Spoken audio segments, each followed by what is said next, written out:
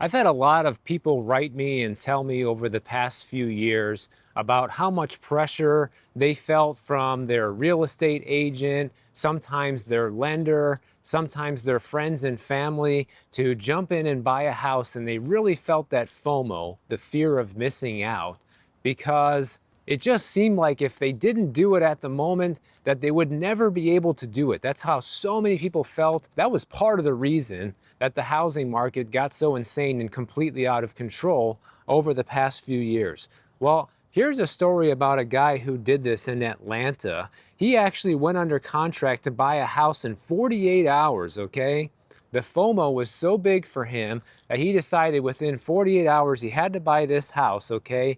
Back in the spring of 2022, pretty much peak FOMO, and sadly for him, close to peak housing prices as well. But guess what? Fast forward to today, he is now struggling to sell this house. He's only owned the house for 3 years, and now he's already selling, which is already kind of going against the kind of the rules when it comes to buying a house. You can buy a house and eventually sell it for a profit if you hang on to it long enough. But 3 years is hardly ever enough time, even under normal conditions with a normal market, which right now is anything but. So now this guy has changed his mind and he wants to go back to being a renter and be free of the costs and headaches that have come with his 1,600 square foot property.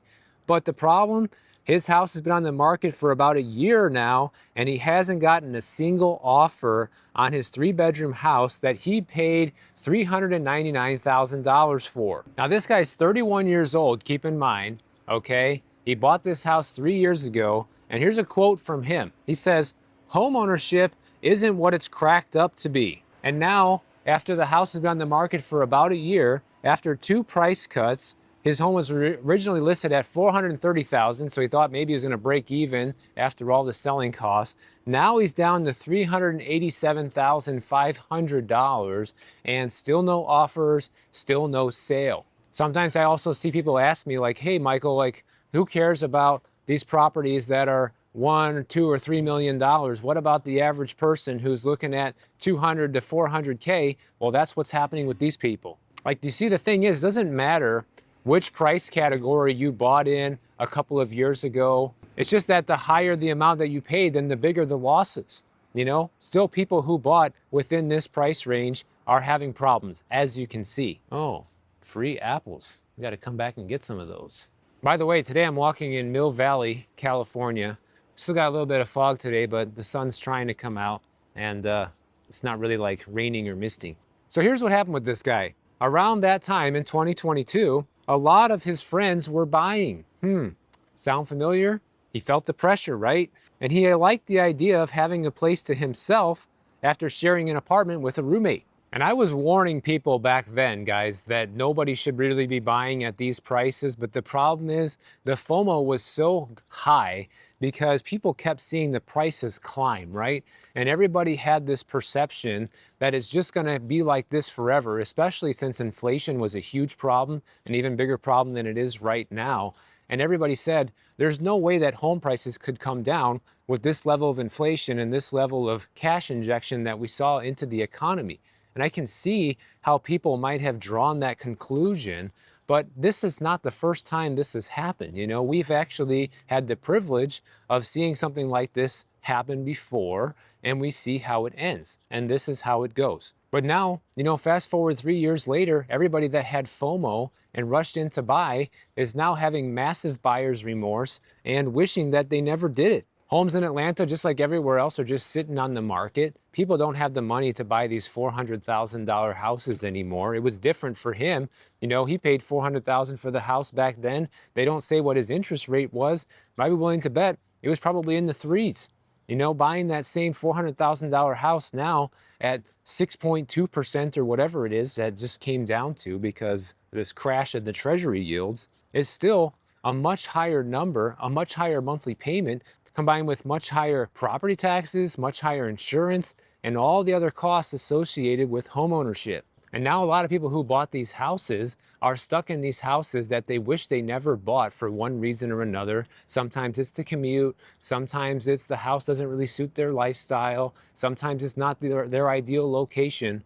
Whatever the reason might be, because they didn't really think it through and have enough time to really consider if this was the right option for them, now they're struggling. But here's what happened to this guy and why he's selling. From the very beginning, he says that he was spending more on the house than he expected.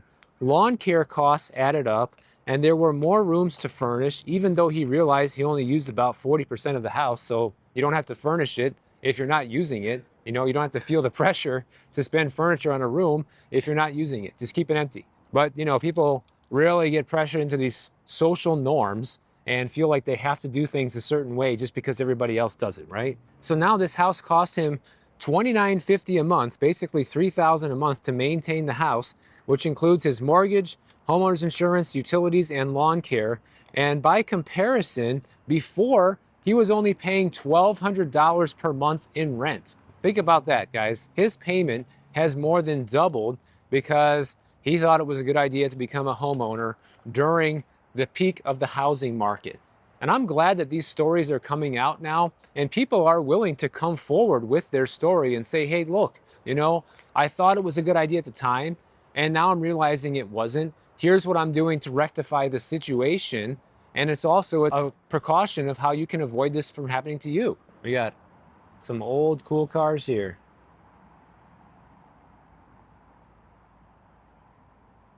And now to make matters even worse, 2 years after he bought the house, he started smelling sewage. And because he wasn't home a lot and he travels frequently for work, he only found out now that there was a pipe that wasn't connected to the sewer, man. That's just disgusting. Like, that means like, oh, what, every time he's flushing the toilet, it's just hanging out underneath the house and in the neighborhood? That's pretty bad. It cost him more than $13,000 to fix it and make the necessary repairs. So now he's looking at selling his house and getting out of this place as soon as he can, and he's going to go back to renting and living with a roommate. And also, he's going to be selling at a pretty significant loss because remember, he bought for $399. He's at $387.5 now. It's been a year. Clearly, the price is way too high, and he bought at peak pandemic prices. So my guess is he's probably going to be selling, you know, probably in the $330 range, most likely, if he's lucky. You know, that's just a wild guess off the top of my head of what a buyer today might be willing to pay for a house like that. But I don't know the Atlanta market that well, and it could be much less. So he's already mentally prepared that he's going to be taking a loss on this property. He just doesn't know by how much yet. But looking back, he wishes that he didn't move so quickly. Okay, that's like one of the biggest lessons here. I don't care what's going on in the market. I don't care if it's hot or cold.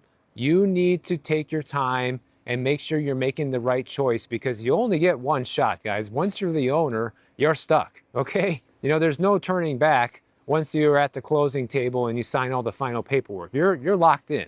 Now you're gonna have to live with any mistakes you may have made. But the thing is, all these mistakes could be prevented if people would just have a level head on their shoulders and not let the FOMO get to them. Like, yeah, sure, when the market's hot, you may miss out on several properties that you wish you would have bought because they seemed like a good buy for you and you were just too slow and you couldn't make it happen. Oh well.